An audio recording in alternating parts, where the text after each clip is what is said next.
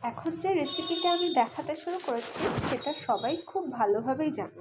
হয়তো আমার থেকে আরও বেটারভাবে তারা করতে পারো, কিন্তু আমি কিভাবে করেছি চটজলদি সেটা একটু দেখে নাও।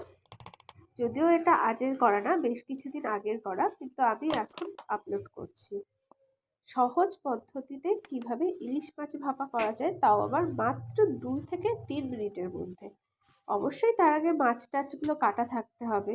মাছ কেটে যদি রান্না করা যায় তাহলে সেটা কখনোই পসিবল না। তো বন্ধুরা, চটজলদি দেখে নাও কি করে সহজ পদ্ধতিতে ইলিশ মাছের ভাপা রান্না করতে হয়।